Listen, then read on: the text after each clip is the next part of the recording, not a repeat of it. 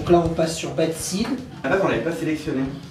On avait fait la liste, je me rappelle, on avait fait une liste, à la base on avait 14-15 chansons, ça devait être au milieu de la première semaine, on a dit tiens on a peut-être ça aussi. On l'avait fait écouter, elle a dit ouais c'est bon on la prend, elle est bien. Maintenant que tu le dis, ça me parle le fait qu'à un moment tu t'es retrouvé un peu entre guillemets dans la merde. La fin de la chanson, j'adore le... Ouais c'est bon. Nous aussi on a eu la chance de travailler avec Émilie Lazare, donc on a commencé à se poser des questions sur le master et la moitié de l'enregistrement à peu près. On lui a posé la question, est-ce que avec qui tu bosses et tout, est-ce que tu connais quelqu'un pour le mastering, parce qu'on ne voudrait pas saloper le boulot qu'il a fait quoi. On lui a dit, il y a un album sur lequel tu as bossé, et on a bien aimé les guitares, c'était l'album de Pitch, ça a été donc masterisé par Émilie Lazare. J'ai dit bah écoutez pas de soucis, je vais les appeler, je leur ai envoyé un petit texto, alors on fait passer le contact d'Émilie, et puis je lui ai envoyé un morceau, elle a dit oh c'est cool, bah moi je suis ok pour bosser avec eux, et puis donc à la fin il a dit bah ce qui est bien c'est toujours de comparer. Il ne faut pas toujours tout donner à un. On a eu le choix entre deux studios de mastering, un à New York donc avec Émilie, et un autre en Angleterre, à Londres, je crois. Et Émilie Lazare, donc c'était maintenant c'est une des reines du mastering. Cette année encore elle est nominée sur 3 albums je crois de l'année, je crois que c'est un record. Elle en a gagné un il y a 2 ans, ça a été la première femme à gagner un Grammy. Et elle a bossé avec des groupes monstrueux quoi, les Foo Fighters, les Killers, David Bowie, celle qui s'est occupée du remaster des Beatles, enfin bref, c'est une légende vraiment du mastering.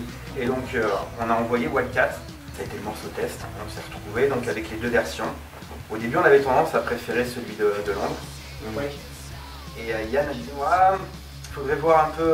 Je vais lui envoyer un mail et elle a corrigé 2-3 trucs. Et puis après, ouais, il y a quelques photos. On a dit, ouais, effectivement, on va bosser avec elle. Je me rappelle une petite anecdote. Elle était en train donc de faire le mastering. Et un jour, je reçois un message. Je suis désolé, je vais avoir un peu de retard. Et la raison, c'est parce qu'elle était nominée au Grammy. Il fallait qu'elle aille à Los Angeles. Ouais, donc, je m'excuse pour le retard. Allez, ça va. Ça va. Prendre 2-3 jours pour aller à Los Angeles. Enfin, tu te dis ouais, c'est quoi. Et il y avait des trucs aussi par rapport au titre que tu disais, oui, que t'as été. C'est pareil, ça s'est fait vraiment à l'arrache. Ouais, le titre de l'album, ça a été à la fin. On s'était pas fixé dessus, on devait avoir 4-5 ans qui traînaient. C'était la fin du mastering, elle m'a dit bah par contre, pour encoder les chansons, il faut le titre de l'album.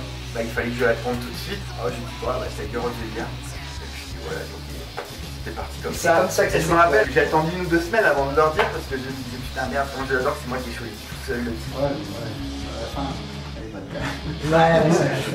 Je suis d'accord. On passe à After Day, hein, 8e chanson déjà. Donc comme on disait, ça a été le tout premier titre qu'on a enregistré du coup. Ouais, premier titre, donc là ça démarre sur un petit coup de cloche. Ouais. Donc c'est pareil, c'est la touche de Yann qui trouvait que la chanson avait un petit côté cowboy. Il a appuyé là-dessus. Et il a trouvé un son de cloche à western, il l'entendait, Ouais. C'est vrai que ouais, j'ai cru qu'il y avait une cloche. J'entends une cloche, j'entends une cloche. I gotta have more cowbell, baby. Et du coup il allait chercher un son et il était content. Il a mis sa touche dessus. Et la cloche c'est sympa, c'est cool. Et puis elle a un côté un peu mystique dans les paroles et tout. Ça parle de Dervish Throne.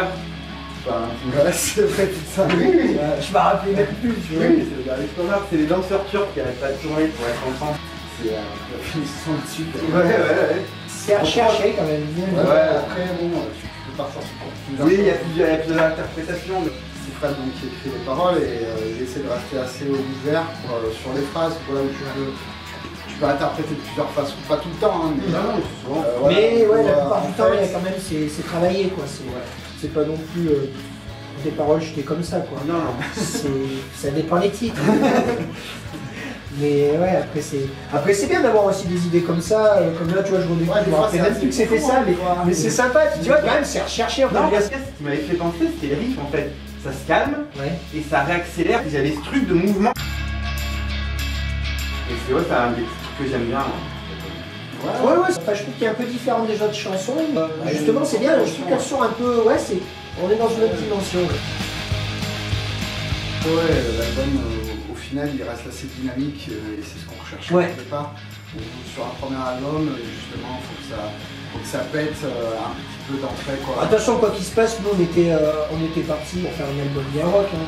Ouais, avant de faire l'album, de toute façon, quand on faisait quand même des lives et tout, et ce qui ressortait des lives, c'était l'énergie. ce qui n'est pas évident à retranscrire sur un enregistrement. Hein. C'est vraiment pas si facile que ça. Il a fallu qu'on aille en Angleterre pour trouver la bonne personne, quoi, et pour qu'on soit vraiment content du résultat, quoi. Et là c'était le cas. Et Yann, c'est le 4e membre du groupe.